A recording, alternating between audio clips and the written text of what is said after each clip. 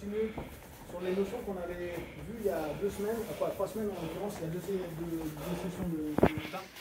Où on était donc, ici on pense bien, on est sur notre travail Half Butterfly, vous pouvez avoir votre c'est là. Là on sait pourquoi on le fait maintenant. C'est pas une nécessité d'avoir tout le temps, mais soyez prêts à être mobile avec. D'accord? Vous pouvez rester là. On pense, cette notion-là, qu'est-ce que je vous avez dit? Je vous ai dit l'intérêt, c'est que je peux très bien partir, je peux très bien revenir, je peux très bien me fixer à l'intérieur, etc. Là, on va réutiliser ce qu'on avait vu il y a 3 semaines maintenant. Cette notion, on va aller chercher la guillotte. D'accord? Sauf que c'est plus l'idée qui m'intéresse. Je vais être là, je vais faire réagir mon partenaire. Qu'est-ce qu'il va dire? Il m'adresse. Et là, je vais faire comme si je partais sur une guillotte, sauf que j'allais prendre plus son bras. Ok? Et là, je travaille sur un petit bras avec. Ok? Là, qu'est-ce qu'il veut faire la plupart du temps? Il va vouloir se redresser. Ce qui me permet, moi, d'arriver tranquillement sur mon début de Kimura 2, tout le process que je peux avoir à partir d'ici. D'accord? Là, ici, juste, je peux garder ça. Je peux revenir en nord-sud. Je peux revenir en sans-fil. Je peux revenir à l'embêter un petit peu. Qu'importe. Ce qui m'intéresse, c'est de se dire, je vais prendre mon Kimura avec. Un des trucs qu'on a souvent en problème, c'est qu'on aime bien en mi-garde se dire, je vais aller prendre le Kimura 2. C'est ultra bien. On galère toujours parce que le mec va être solide, etc. Donc, mi-garde, moi je le fais plus trop, quoi. Je le fais même très peu, parce que c'est l'enfer. En général, c'est ce qu'on avait vu les autres années, tu prends de moins et tu laisses passer le mec. D'accord? Tu fais croire que ta mi-garde elle est pourrie, ce qui fait que le mec veut te passer, et là tu vas être bien parce que tu vas l'entraîner avec le Kimura 2. Donc, pour l'instant on ne travaille pas sur ce modèle, on va travailler sur ce modèle plutôt garde ouverte avec l'action-réaction, toujours. L'action-réaction. D'accord?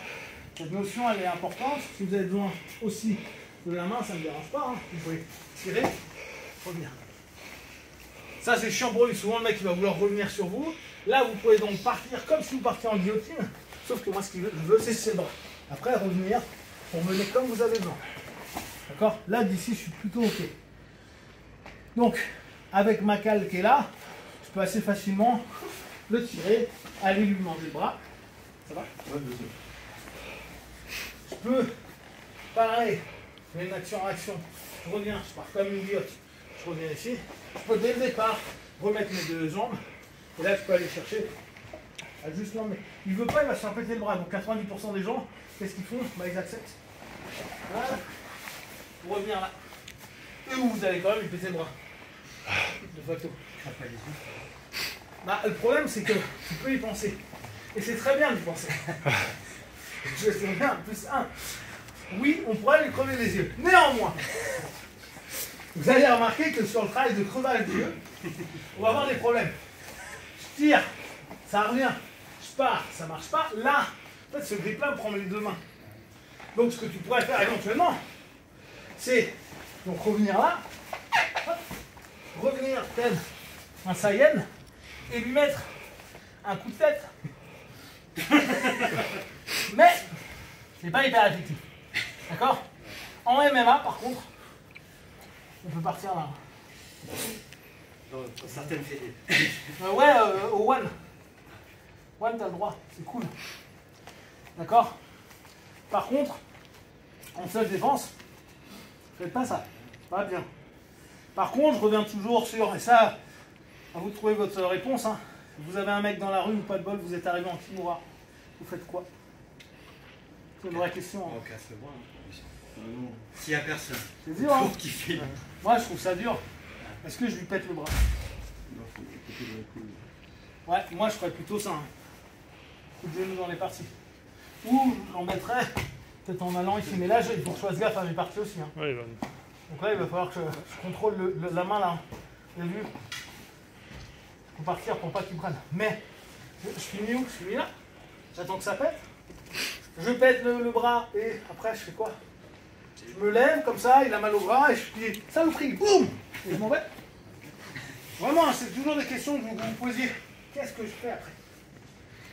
Tant qu'on est sur 122.5 ou 122.7 du code pénal. Il faut que ce soit progressionné. Mais le problème, c'est. C'était quoi la proportion? Il m'a même regardé, j'ai C'est ça. À quel moment je vais pouvoir montrer que.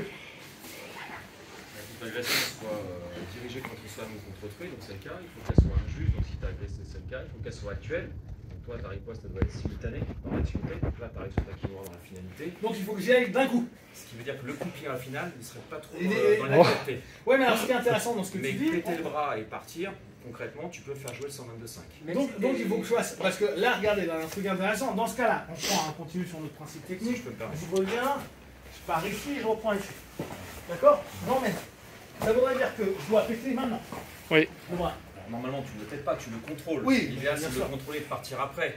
Maintenant, si dans l'action, tu l'as pété le bras et qu'on a pu constater que dans le 122.5, tu as agi dans l'immédiateté, simultanément, et effectivement dans la proportionnalité, tant que l'agression elle est dirigée contre toi-même, qu'elle est injuste et qu'elle est actuelle, c'est-à-dire dans l'action où il te frappe, tu l'as emmené au sol, il s'est retrouvé dans la position que tu as décrite précédemment, et tu termines par le kimura, tu joueras le 122.5. Et en plus, on reconnaîtra le fait que tu n'as pas porté de coup à l'adversaire. Donc vous voyez, le principe des coups est une vraie galère. Mais même si ça Par prend des contre, temps, si ça Par contre, dans plaît, les ça- trucs de compliqués, toute façon- c'est ça. ouais, Si ça je prend le des temps, contrôle, même si ça prend des je lui temps, demande de calmer. Oui. Et là, c'est compliqué. Devant 10 Et personnes, qu'au bout de 2 minutes, le mec se calme pas et je lui pète le bras. Non, mais tu peux dire, monsieur, là-dessus. je suis en train de faire une technique pour vous demander de vous calmer. Je vais utiliser la force strictement nécessaire pour vous demander de vous calmer maintenant, monsieur. Ce qui veut dire que là, C'est concrètement, ce que je vais te faire. Si on à la te vidéo, filme, ouais. le juge reconnaîtra le fait que tu as demandé de se calmer et que ça a été une clé pour neutraliser la situation. Là, tu es dans ton légitimité. La verbalisation va permettre à un moment Tout à donné fait. de. Je d'amener je vers- suis passé 2 fois au tribunal pour ça. Ah, non, mais c'est important. La verbalisation est quelque chose d'important. Ok, donc on y pense juste, là, à chaque fois qu'on papote des cheminements de rue, bien sûr, on n'arrivera pas en butterfly, mais alors, une kimura debout, c'est la même. Hein. Il y a un truc qui est en galère, on est là, le mec revient, on n'a pas voulu se prendre le coup, on prend ici, on va là. C'est assez facile à faire. Hein. Ouais. Allez, admettons, on est un petit peu périlleux. Hop, je vais y aller tout coup parce que je veux pas le travail. J'y suis allé debout, hein, parce que là, et j'arrive là, ça, hyper facile à voir. Par contre, regardez, hein, là, le pied sur le bras. Parce que s'il bouge, et qu'il... Moi, j'avais un frère ninja, et il prenait les parties à chaque fois. Hein. Donc, je peux dire, ça le fait pas du Et tout. là, pan, tu dis à quelqu'un, appelez la police. Appelez la police. Là, génial. À partir du moment... Donc, mais ça, c'est des trucs intéressants. Et ça arrive facilement. Hein. Normalement, le fait que tu dises, appelez la police pour pouvoir Pour comprendre que c'est lui qui a interpellé l'individu. on va comprendre que c'est lui la victime et que c'est lui l'agresseur. Donc, pensez-y. Dans tout ce qu'on montre à chaque fois, il y a le côté sportif, le côté MMA, interstyle, et il y a le côté rue. Il faut toujours qu'on réfléchisse, qu'est-ce que je fais pour être le plus juste possible. Parce que en Krav, en Wing Chun, en Silat, en Kali, moi on m'a toujours appris, BAM! T'éclates le gars. La proportion quand le mec il est not out de ouf, c'est quoi le truc? Quand je lui ai éclaté la gueule, je lui ai brillé les cervicales. Je veux bien, mais elle était où la proportion? Le mec il est handicapé pendant X temps pour un gauche-droite. Compliqué. Ok, ça c'était pour les avances.